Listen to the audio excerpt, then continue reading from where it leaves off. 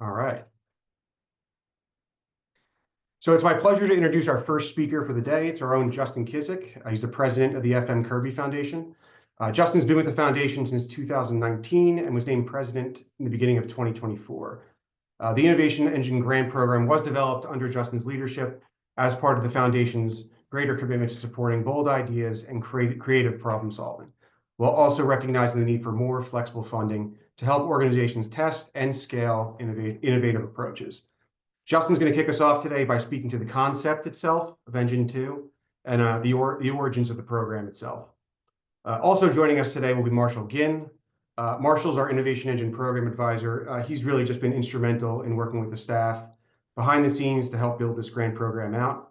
Marshall's going to close us out today by speaking to the eligibility requirements, various resource documents available, and the application process itself. So today's webinar will aim to cover everything your organization needs to know about submitting a strong application for this year's grant program. We'll walk you through the criteria, the application process, and what we're really looking for in a successful proposal. If you have any questions, I encourage you to use the Q&A function at the bottom of your screen. I'll try to address as many questions as we can at the very end of this webinar. If you have further questions beyond that, you can always visit our website. You'll find additional resources there, including a frequently asked questions area, which will be updated as we get closer to the opening of the April 1st application window. So with this program being only open to current grantees, most folks on this call are familiar with the foundation and who we are. We really hope this program reflects the foundation's mission in fostering self-reliance and building strong, healthy communities by supporting organizations like yours that develop creative, sustainable solutions to your community's challenges. With that said, I'd like to pass it over to Justin, who will speak to the concept of the Twin Engines model and the origins of the Innovation Engine Grant Program. Thank you so much, Dave, for the introduction. And again, welcome to all our grantees for joining us. Thank you for joining us this afternoon. And just really excited to talk about this program that's been a long time in the making, and we're just tremendously excited to share information about it today with you. So the Kirby Foundation, a family foundation, celebrates its 94th year of existence this year. And over those decades, we have been a foundation that largely supports our grantees through general operating support over the span of long, steady relationships. And so stewardship has been a value that has guided this foundation for more than 9 decades. But it's important to note at the same time that we were founded by an entrepreneur, Fred Morgan Kirby, whose innovations in retail helped transform American commerce and gave birth to the 5 and 10 store model. All that's to say that both stewardship and entrepreneurship and innovation have been in our DNA, expressed today in our health funding, our support for entrepreneurship education efforts, the Kirby Impact Prize, and our support for early stage ideas in the geographic areas of our concern. So the Innovation Engine Grant Program is meant to be a continuation of that spirit of innovation, going back to our founder, Fred Morgan Kirby. This concept was first inspired by an article in the Stanford Social Innovation Review entitled Twin Engines for Social Impact. Let me first just say that we highly recommend you read this article if the information you hear in today's webinar interests you. The authors explain the concept far better than we have time for this afternoon. You can find this article on our resource page. But for now, let me summarize it as an idea borrowed from the Bain & Company consulting firm that successful organizations, for-profit or nonprofit, have an engine one that represents their core business. The majority of their energies are spent optimizing this core. That engine one requires ongoing maintenance and certainly refueling, but it is what the business is best known for and is often one of the business's founding stories. That said, refusing to remain complacent, these successful organizations often have an internal engine too, or what we will call today the innovation engine. This is a space for testing new ideas and meeting the needs of new customers or clients. Consider Amazon for a moment. Amazon, as we all may recall, started as an online bookseller, gradually building up its online sales platform over the years. Today, we might buy everything from a book to socks to that weird part you need for your dishwasher on Amazon. But we also engage with Amazon when we watch Prime Video or talk with Alexa or shop at Whole Foods, all examples of Amazon's innovation engines. So of course, while nonprofits serve community and not shareholders, we believe this idea still has power. Many of you on this call could very quickly identify your Engine 1, that core model that your donors or clients and stakeholders know so well. But I know many of you also spend time asking, what if? Many of you are looking at the ways you can make your programming year-round or reach new audiences.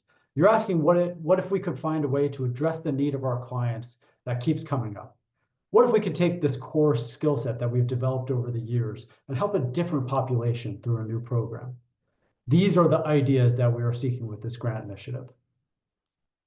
To further familiarize yourself with these ideas, I also want to encourage you to watch, if you have not already, our foundation-sponsored Innovating to Scale webinar series, created in partnership with the Center for the Advancement of Social Entrepreneurship at Duke University's Fuqua School of Business. These 4 videos found on our Innovation Engine resource page are grounded in the Twin Engines concept and cover everything from creating a workplace culture friendly to innovation, to financing such ventures, and how to use data and evaluation to continue to learn and improve. So, this Innovation Engine grant program is designed to give the fuel and runway to the best of ideas of nonprofit innovation engines. As you can see below, this program will award a multi-year grant, likely ranging from $50,000 to $100,000 per year over 3 years to the awardees. Depending on the grant size, we estimate about 3 to 6 awardees in this pilot year. But what really excites us about this project is that we want to give you the fuel for your innovation engine idea, but this is not in place of your ongoing support from the FM Kirby Foundation. In fact, contingent upon a successful traditional application, winning organizations will have the opportunity to receive funding for your innovation, for your Engine 1 through our ongoing traditional grant, while also receiving multi-year funding for your innovation engine. Now, I want you to keep in mind, this is a pilot. So it's the Kirby Foundation's own effort at innovation. So we are looking to learn right beside you. Let's talk a little bit about eligibility. While we wish this effort could support all of our grantees, we create eligibility requirements to ensure that with the funds that we had available for this effort, it would be proportionate to the organization's best poised to leverage the grant. And please note that while we invite grantees from all of our geographic areas of concern, programs and projects that are operating in these same areas are more likely to be preferred. You can see our budget eligibility requirements ask for operating budgets in the range of $250,000 to $4 million, as averaged over the last 3 fiscal years. That said, if your organization has an exceptional one-time expense in a given year, and you believe you may qualify for an exception, please contact Dave at dac@fmkirby.com, and we'll have his information posted again later in the webinar to discuss your eligibility. Additionally, we recognize that some of our grantees serve as pass-through organizations, re-granting dollars to other nonprofits or providers, or helping to acquire and preserve conserved land, situations which may create an inflated budget that doesn't necessarily reflect core operating expenses. If you feel in a similar way you may qualify for an exception due to this, again, please contact Dave to explain your eligibility. Finally, the spirit of this initiative is to give liftoff to early stage ideas. You know that through our traditional grant, we want to keep supporting your Engine 1s, but because of that emphasis here on those early stage ideas, we are seeking programs that are either being planned for future implementation in the current process of development, or programs that were launched after January 1st, 2024. Additionally, and this is an important point, the program must either address the needs of new constituents or address unmet needs of current constituents. In other words, eligible new programs must complement, but not duplicate or replicate the established work undertaken by the nonprofit. While we are hopefully supporting the maintenance and scaling of your Engine 1 through our traditional general operating support or program support, this grant is meant to give winning organizations the funding support to launch projects and programs that are not part of your core established work. Let me help today by giving a couple examples of the kind of program innovation we're talking about. We offer a few examples here of nonprofits that have a core Engine 1. For example, in the first example, a community-based food bank anchored in a community that's giving food out to many people in need. But perhaps they're not reaching as many families as they would wish with fresh produce, which has a quicker expiration.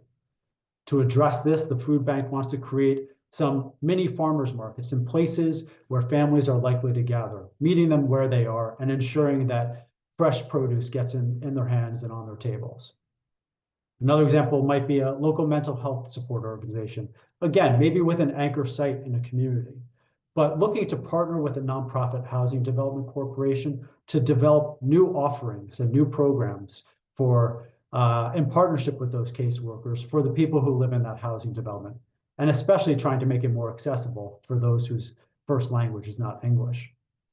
As a final example, we offer an established children's museum is creating a mobile pop-up experience that can be set up in community centers, shopping malls, or even sporting venues. And in this case, the curators have collaborated with people in the community to develop new approaches, to use technology to connect those visitors with art and artists in creative ways. What all three of these have in common, I hope, is that the organization has that core Engine 1, and they're looking to develop a new program that's going to either meet the needs of new constituents or just provide address unmet needs for their existing constituents.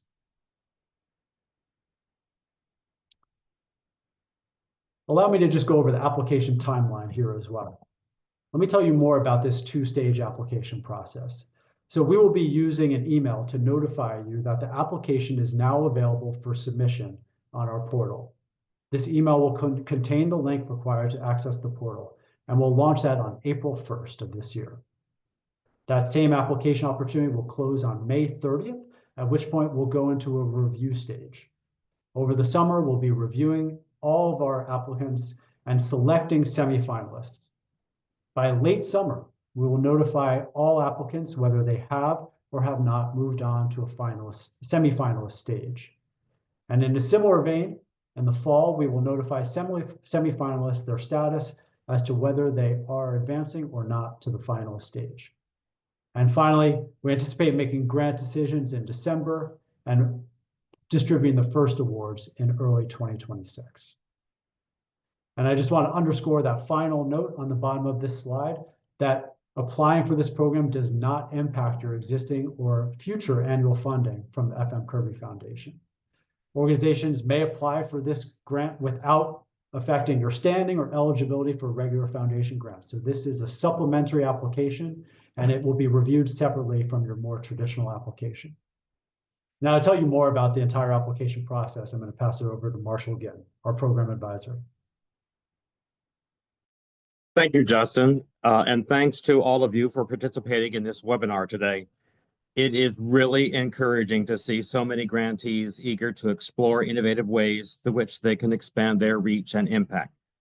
Before we get into the details, just before April 1, as Justin said, you will receive an email from the foundation alerting you that the grant portal is open. In that email, again, you will find a link that will take you to the grant portal. There, you'll be able to log in and create a new request in the system. The various eligibility requirements amongst those, is being a current grantee. There will actually be an eligibility quiz when you launch the portal to, again, make sure that the right organizations are accessing the program. And again, if you have any trouble or think that an exception is in order, again, you want to reach out to Dave and he can talk to you about that. Make sure that you do use the correct link. While all of you are grantees, which means we already have an organizational record for you in giving data, The Innovation Engine grant program is separate from your regular Kirby Foundation grant. So now let's look at the various components of the grant itself. Application itself has three major components. The first two components will be completed by everyone applying for the grant. And those are one, an executive summary, then two, an application narrative, which we'll go over in just a moment. If your organization advances to the semifinalist round, which will happen toward the end of the summer, then you will be asked to complete a third stage of the process by providing us with more detailed supplementary materials, and I will go over that as well today. So the first and very short first stage is the executive summary. This is pretty straightforward. This will give us a snapshot of your proposed program, a sneak peek, if you will, for what we're getting ready to read. Please include your organization's name as well as a name for your program. This is just really going to be helpful to us as we distinguish one application from another. It does not have to be the final name for this program, but this will really help us as we do our review.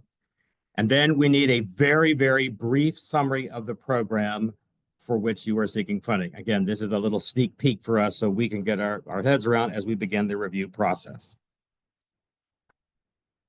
The narrative section of the application focuses on 7 important topics, and each of those topics has its own question. What you see here on the slide is a basic description of these topics. In the application itself, each of these areas will have a question, followed by examples of elements or ideas that you could include in your response. Please note that these are suggestions only. They are not intended to be a checklist of requirements. Don't worry, there will be a complete copy of all of the questions, including these suggestions, available for download on the resources page, which we will talk about a little bit later. But let me quickly share an example of what we're talking about. So one of the questions, the one focused on program development, reads, how was your program developed? What gives you confidence that this program will work as you envision? Directly below that question, you will see suggestions, which read, the role of data or of research or community input played in shaping the program, or how the program might be adapting successful practices from other fields, and so on. So again, each question will then have some suggestions underneath it. Again, note that we say things that could be in your answer. They are not must-be's. These are not checklists. They are simply guides for you. I do want to emphasize that for this grant program, we really are looking to learn how your organization is approaching the situation, creating the new program, and thinking through how employing innovative ideas will work at your organization. We are looking for insight into your thinking. Additionally, while I will share some application tips later, I will make an important suggestion, reinforcing what Justin said. You heard him talk about the Stanford Social Innovation Review article, Twin Engines for Propelling Social Impact. I really urge you to read that before you almost do anything else, because that will really help you to understand how we're approaching this particular project. So in the application, the first is a program description. This is your opportunity to tell us about your Innovative Engine program and describe the innovative nature of what you're doing.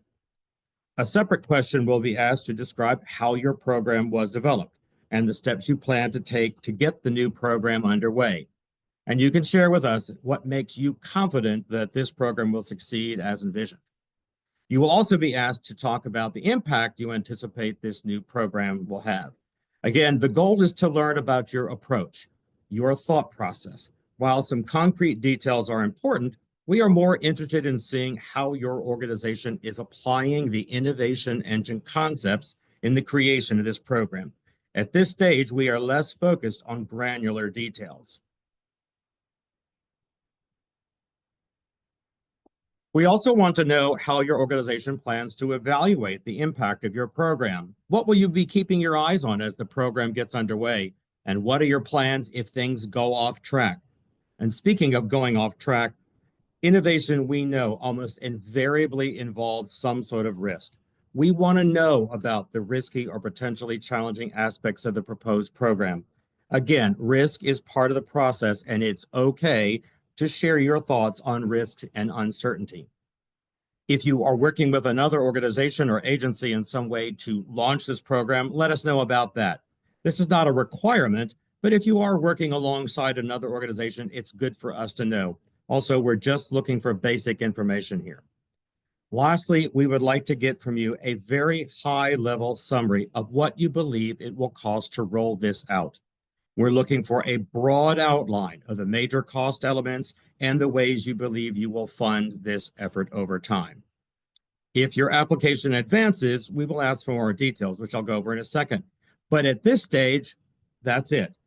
These 7 topics and their related question, that's what we want to know about in this first stage. If your organization advances to the semifinalist stage, which will happen towards the end of the summer, then the foundation will contact you and you will be asked to provide a set of supplemental materials that will provide us with additional details about your proposed program. They include a detailed 3-year budget, and we will provide some samples for you on the resources page. They will be samples, though. They will not be templates. You can use your own budget categories, but we'll give you some samples to give you an idea of what we're looking for. We also would love to get a list of the key personnel who will be leading or managing the program, along with a brief summary of their qualifications. And if your organization is engaging in a substantial partnership or collaboration to launch this new program, we will want to get some additional details about that relationship. Note, this is only for substantial partnerships. If you are simply using another organization's facility for some program delivery, that's great, but you do not need to provide details about that. For example, if you have a memorandum of understanding with this other organization you're collaborating with, that would be really good to know about. And finally, you can upload up to 3 attachments that you think will help make your case or will provide us with helpful information where we're making our decision. These can include things like letters of support or a PDF of a brochure or materials you think you're going to produce for the program, or a PowerPoint with quotes and testimonials in it. However, I would urge you to take good care. Your PowerPoint should not be a large program presentation deck. This PowerPoint should complement your responses to the questions, not serve as a substitute. Again, this is only going to be for those advancing to the semifinalist stage. But meanwhile, what happens once you click the submit button on the portal, which you have to do by May 30th? Applications will be checked to make sure everything is completed, and they will be reviewed over the summer. Toward the end of the summer, all applicants will be notified whether they are or are not advancing to the semifinalist stage. For those who are advancing, we will send you the formal request for the supplementary materials, and those materials will be due back to the foundation in mid-September. Those semifinalist applications and the supplemental materials will be reviewed by the entire foundation team. Finalists then will be identified and notified by mid-fall, and they will most likely be asked to participate in a Zoom call with the staff. If your application is not advancing to the finalist round, you will be notified by the foundation about that as well. Grant decisions will be made by the foundation board in December. So let's talk a little bit about ways that you can prepare a really good application. First, read that Twin Engines article. Again, I can't stress that enough. That's going to be really helpful to you. And after you finish reading that and you download a copy of the questions that you'll find on the resources page, read all the questions first. As you saw, some topics are covered in separate questions. Don't try to tell us everything in the program description response. You are encouraged to be concise in your response, even though questions don't typically have character limits. But remember, we're not focusing on granular details at this stage. While specific details are important, it's equally important for you to share how you're thinking about these various topics and your approach to innovation and creativity. One bit of guidance, proofread. Invite some other people to review the materials on your team, not just the grant writer or the director of development. This is something you can get your entire staff to do. 2 things to note. While many questions are written in the past tense, it's completely acceptable to respond in the future tense if your program is still in the design phase. And in all of our materials and in the application, we use the word program.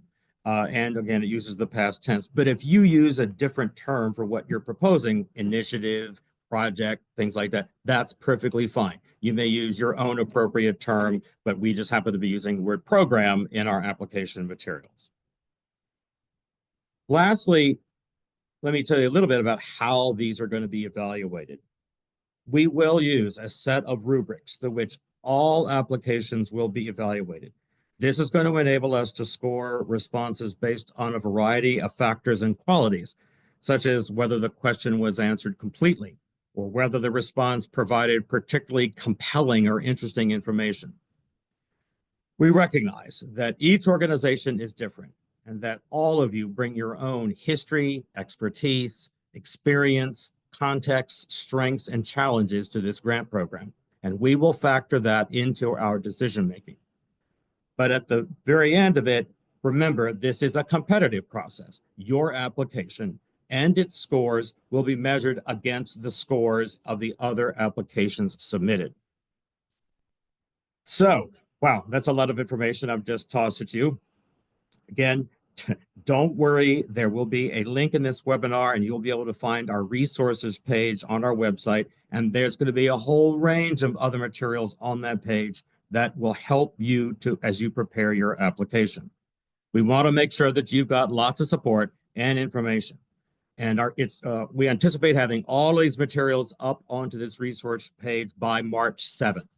So keep your eyes open for that and check back to that page often, as we'll put updates to that again over the coming week. And if we get a lot of particular questions on one area, we even will update the FAQ. So again, this resources page is going to be your go-to space for information about how this is working. So what happens now after we get out of this webinar? Again, be on the lookout for the resources, including this webinar deck, to be uploaded to the resources page by March 7th. And if you think you are going to apply, you should probably get started now to begin thinking through your new program and how you will describe it and its innovative aspects. Don't wait until April 1st to get started with that thinking process. And again, keep your eyes open for the announcement email saying that the portal is open. And remember that applications are due on May 30th. So with that, Dave, let us know if people have been submitting any questions so far, and Justin or I will be happy to answer them. Thanks, Marshall. I appreciate it for walking us through the basics there. So yeah, really, I hope this presentation gave everyone a better understanding of the eligibility requirements and application guidelines and things that we're really looking for in a successful application. So I'm looking at the Q&A box right now. I think the only question that was submitted was answered. So I'll give it another minute or two to see if anyone would like to submit questions based off of the material that they just read. And then if not, I think we can go ahead and wrap up the webinar. I'll take that as a sign that we had a lot of thorough information, but please ask some more questions. Don't be afraid. I know I just tossed it, but all three, we just tossed a whole lot at you all.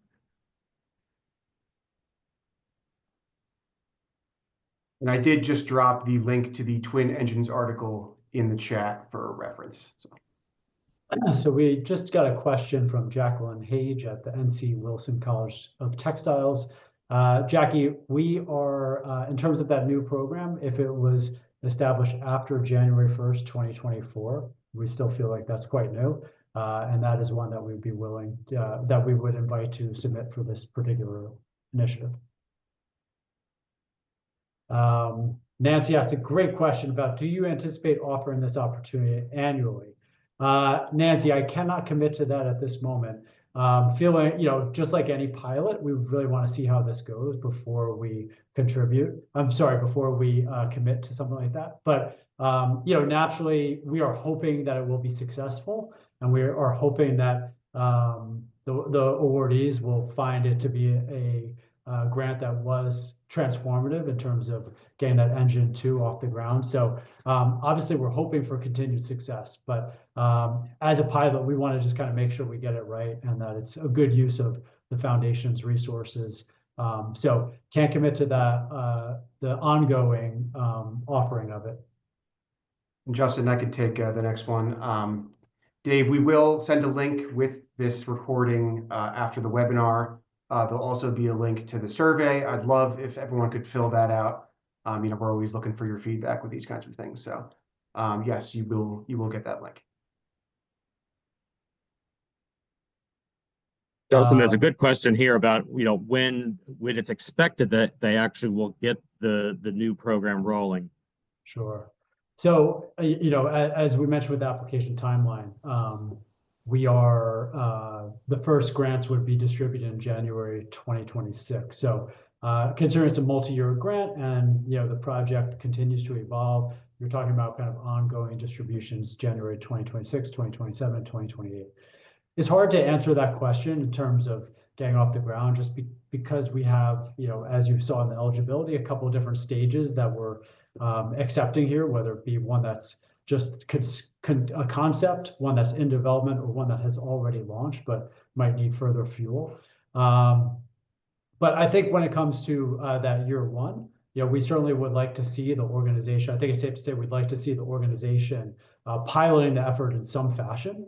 But we also recognize that it's going to evolve, that over the years things will change, and you will be course correcting. So we certainly expect and welcome a approach that is phased and that may begin with kind of small steps, but then may grow larger in scope and size as the years go on. Dave or Marshall, anything you want to add to that? No, I think that sounds great. I think, and we have some more really good questions again about the pilot. Yes, Linda, we are modeling the innovation engine right here in front of you as we do this pilot. And will there be pivots and adjustments that we might make? We're keeping our eyes open. I'm certainly, as the advisor, keeping my eyes open for ways that we might need to course correct. We think we have answered we think we've figured out all the answers, but you never know. And again, just like we know that you all will be watching your program as it gets out the gates, but we'll be monitoring if we do need to make some changes or adjustments as we move forward. And Linda, again, it is a great question, and I think we certainly want to recognize that things will take different shape as the years go on. Obviously, we also have to kind of ensure that in terms of the spirit of the grant, let's call it an innovation engine, is not just become part of engine one. So we want to, I think, work with the grantee to find ways to channel that spirit of innovation. And if it takes a different form, then I think that's a process that can be iterative and certainly in discussion with the foundation. But finally, I would add just one thing I really want to emphasize for our audience today is that as much as obviously we hope for a return on investment in terms of the social impact that your innovation engine has, we're also really optimistic and hopeful for a return on learning. And what I mean by that is that you are learning as an organization, we are learning as a foundation, and the broader field will learn as well in terms of this effort and how it was implemented within the winning organization. So we certainly want to have a learning relationship with you, and we recognize that requires some flexibility. But we also want to keep our, we are already thinking about ways that awardees can meet with one another and learn from one another as well. Yeah, Justin, I'm glad you mentioned that last bit. It is on one of the slides, and people may have missed it. But yes, it is certainly our intention that the executive directors or chief executive officers of the winning organizations will form a learning cohort that will meet throughout this time. So there certainly will be ongoing conversations that we could be watching and being in conversation with you all as you get the program off the ground. I see a question here about talking to team members for specific ideas in terms of whether that project is eligible. I can speak to this a little bit. In order to be fair and equitable to all of our grantees applying for this, the staff is avoiding talking about specific projects. That said, you are more than welcome to email me directly about any questions you have in terms of eligibility, just any kind of requirement that you have for your specific application. Just can't be specific to your project itself. We're just trying to be fair in that regard.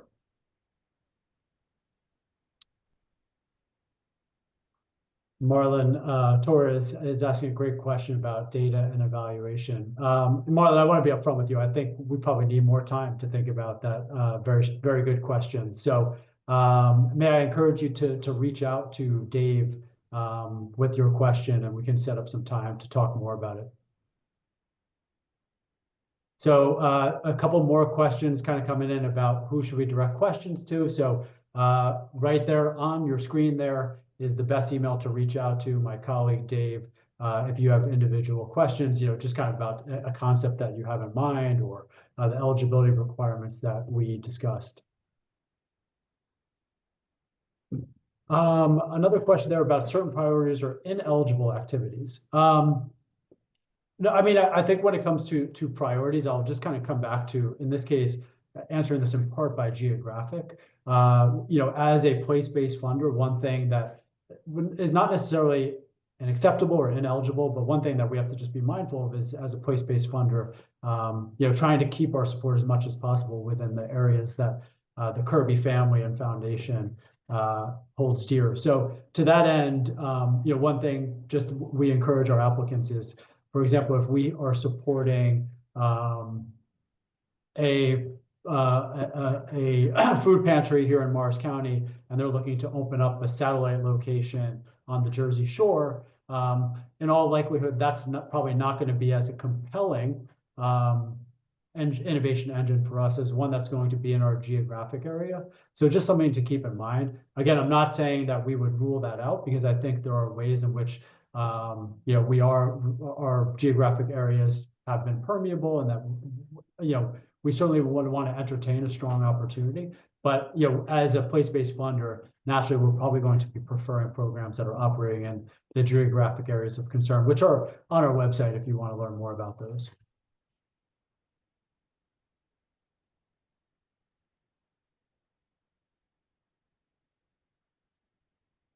Final question from Jackie Hage again on a proposal that would be a broader vision or something more specific. Marshall, you've been thinking a lot about the for stage one part of the application, and I think how we're really kind of leaning into the concept. So I was wondering if you could take that question.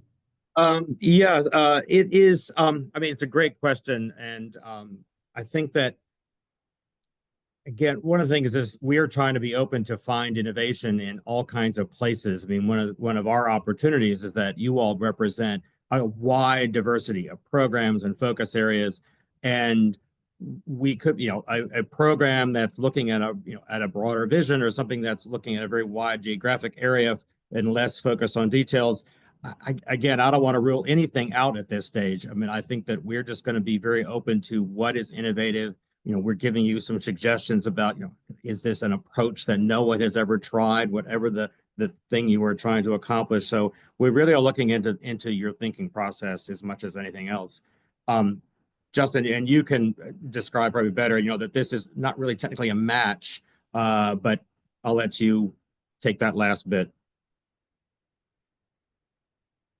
I mean, in terms of, I think if you would want to, if a applicant would want to leverage the award, if offered from the foundation, if award from the foundation to match, I think we would welcome you, leveraging this as much as possible.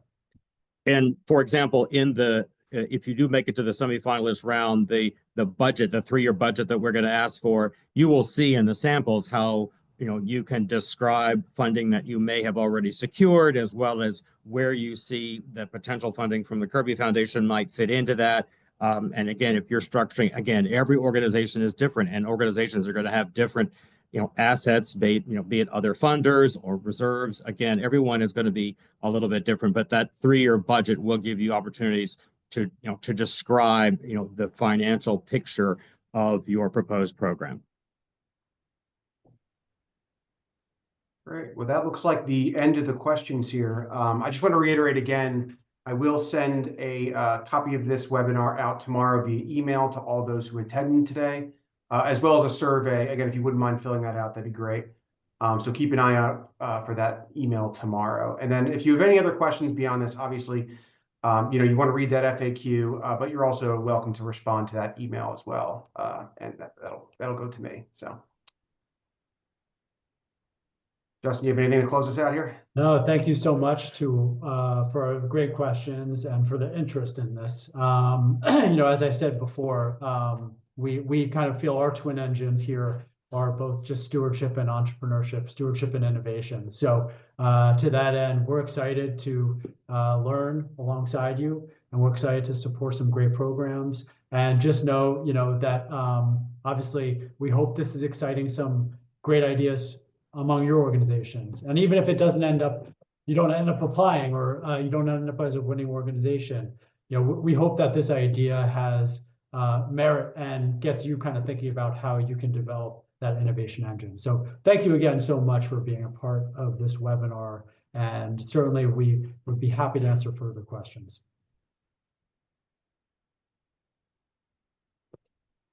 Okay. All right. Have a great one. Thanks, Marshall. Thanks again, everyone. Appreciate it.